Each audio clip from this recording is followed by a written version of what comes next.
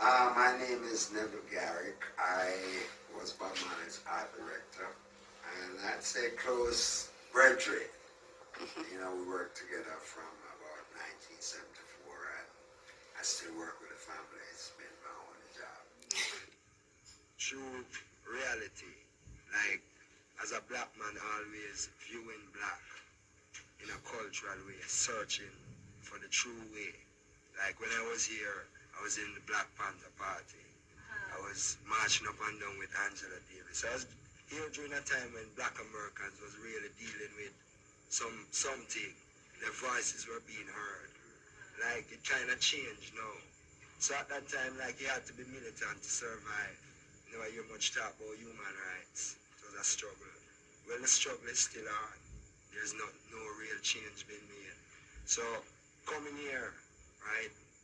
I find Rasta fully when I really leave here and return home. After checking out Babylon and really seeing what the university and the world have to offer. When I return home and I come here and check, well then, God is the best answer than materialism, so I choose God way. But it's an inborn concept. Rasta, you find Rasta through searching for the truth. One truth. Just one truth. But he's not an angry man in that kind of way. He's an angry man for the cause of black people and all people, but not an angry man individually.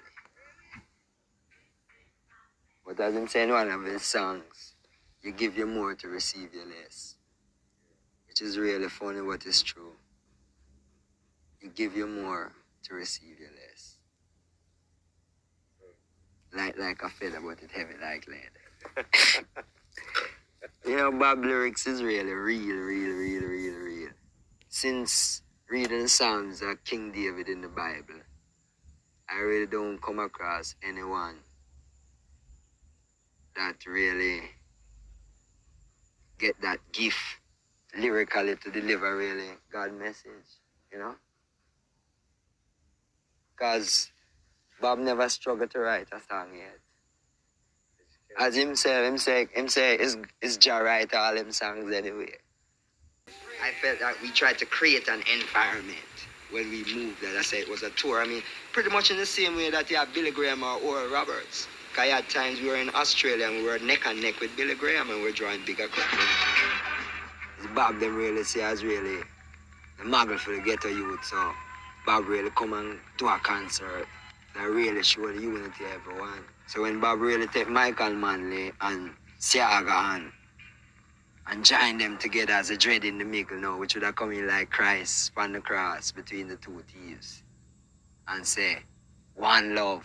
It's for really show the people of Jamaica and the world that, okay, you fight, say you defend Manley, and you fight, say you defend Siaga. All right, so the two of them, you know, one love, so the two of them and hold them hand together now. So one and kill one another over them two man you fight.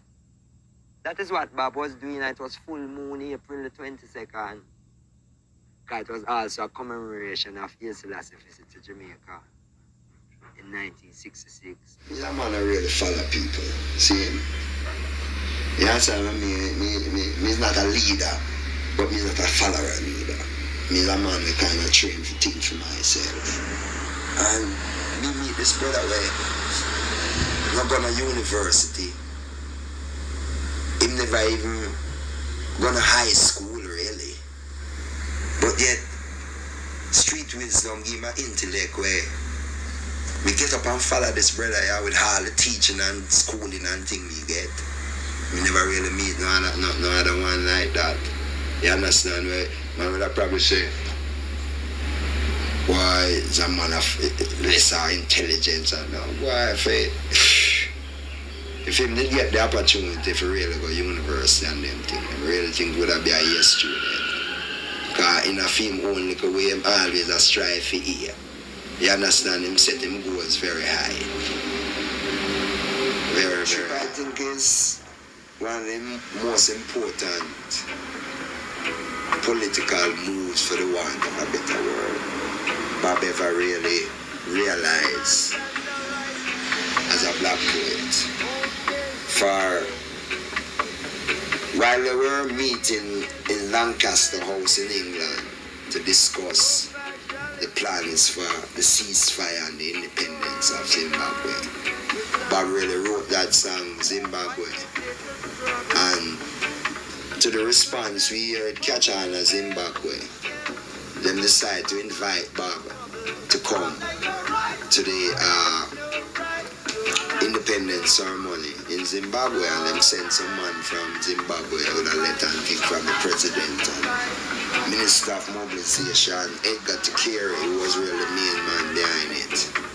But the letter really invited Bob Marley alone, and Bob really showed him say him really can't do that because him one really couldn't come perform, and plus it's an organization. You know what I mean? It's like a tribe. I tell the brother it's a tribe. You know what I mean? So the whole of it. Well, them reply and show us that due to the enormous expense that the independence ceremony would cost, them really couldn't afford to bring the band and equipment and all them things. So why Bob showed himself then is feeding baby and him have to dead when it a band.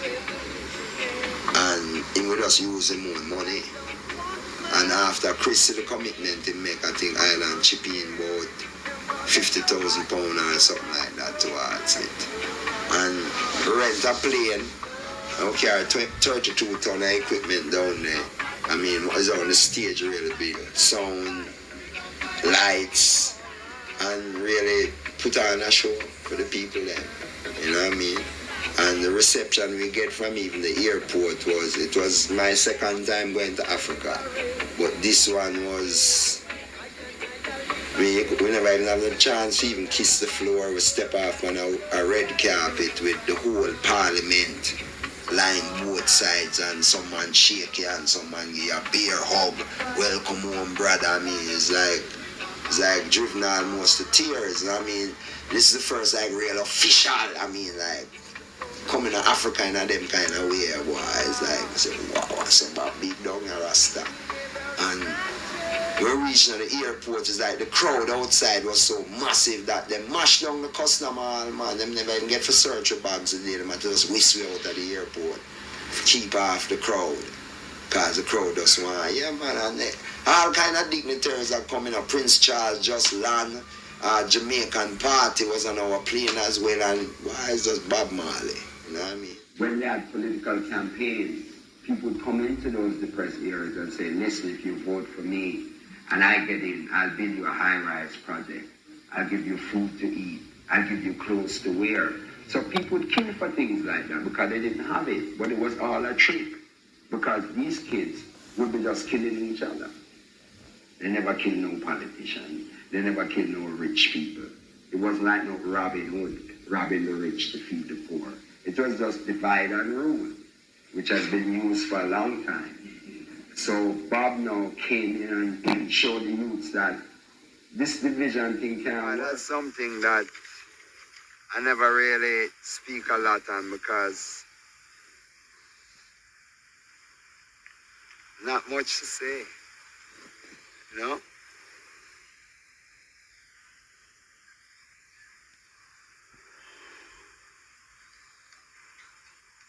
I mean, I don't pretend that he's not gone and he doesn't exist, but it's not a moment I like think about because it was a great loss for me. It was a great loss for me because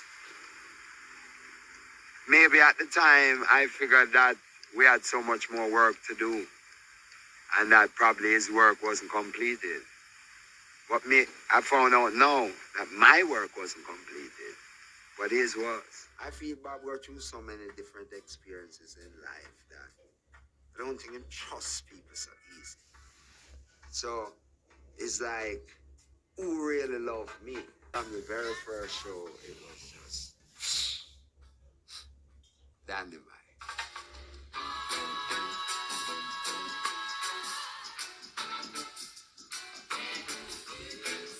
We sold out everything. We're just doing clubs. But like the Paws Mall in Boston, we did like something like 6 nights straight.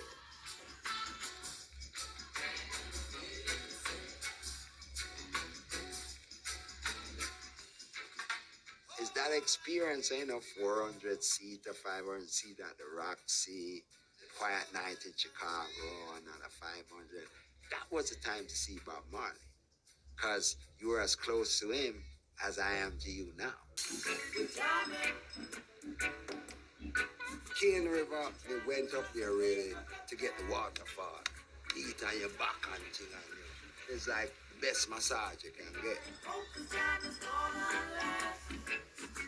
This spot we're standing on now was the stadium. This was a football field.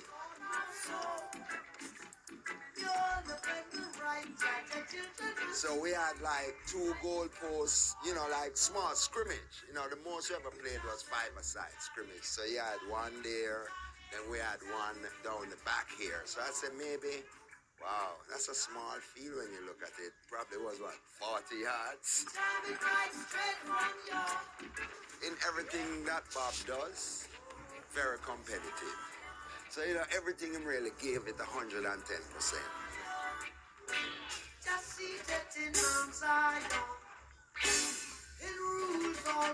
Rasta is an open door thing. Nobody not checking your credentials. So all kind of people coming to Oprah. Good, bad, and the different. Bob was very strict. He run this thing like an army. We call him skipper. You see, the thing is, we had certain strict rules at that time. Woman supposed to wear dress, not pants. So you had those kind don't come with a word for what we call war paint. Lipstick and eyeshadow. This is a root, so you kind of, if you want to come among Rasta, then you have to throw away those Babylonian. Why was he so successful with women? Because he was shy. Bob is not the womanizer that people make him out. I think more the women came at him. Everybody kind of say Bob like Bob the prophet and, a saint and all that. It's just my friend. Okay. So what I kind of reveal to people is a more humanistic side. Okay. I think they tend to dehumanize Bob. Yeah, they've made him into a person. Some will argue, rightly so, this iconic historical figure. Yeah. Especially for younger kids. Yeah, which there's no problem with that. Right. Because them earned that. But, just as I was saying is, Bob wasn't about Bob. Bob was about the people. That's why I even mentioned in those photographs that I like taking Bob, because remember him say, if my life is just for me alone, then I want it. My life is for the people. And some know Bob loves people, but at the same time, Bob's trust is something you have to win. Because all through in life, there's been a lot. That's why I say, when Bob said, could you be loved and be loved? I'm trying to really say something that I don't think everybody get the message. It's almost love twice. So even being him friend, him always testing you to see if you're with it. Because he has never really, I don't think, trusted a lot of people. A lot of people who said them come with good and things didn't really turn out that way. And my relationship with him, I kind of find very special that it became like my big brother. I learned the university of the streets from Bob. I didn't necessarily come up, I wasn't uptown, but I never come up in the ghetto streets like Bob. Yeah. And the nuances and how to survive. And then I think I imparted book knowledge to him because I make him start read. And the more him start read all them Black Power books and things, it expanded his own vision, that not just Jamaica, but the whole world. So as a young man, you were still, in a sense, a mentor to him. It was reciprocal. Yeah. That's the fair exchange is no robbery. So he brings the street, and you bring more knowledge. From the book knowledge, the universe, the intellect. Okay. All right, so it's important then, Neville, to remind people of the human side of this icon, right? It's the most important thing about him is that he was human. Yeah. Because if you blaze somebody like up there, idol, like or whatever, it's like you can never reach there. I want him to be a place where everybody think them can be Bob. Okay. And it's all the while when people say, boy, Bob dead. You know why Bob don't dead? The only time you are dead is when nobody talk about you anymore. And that will never happen to Bob Marley. So as long as we keep evoking either a message or a name and thing, he's very much alive. The only thing now is that it belongs to the whole world, not just Jamaica. That's why Bob never write a will, I feel. Bob never want to give up. See, it's like when you write a will, it's like you say, well, you know, I'm checking in. So I think that was one of the reasons. I think one of the reasons too is not the type of person who would say, no, okay, I leave this for Ziggy, so that, you know, like divide up and, okay, what should I leave for Seco and Neville and Carly? And that's not Bob. But the Bob I know, by leaving it open like that, everybody revealed who they really were. You get me? Who really didn't love him, who fighting over the money. Yeah, man, him just say, but that's how he is. Bob left it open.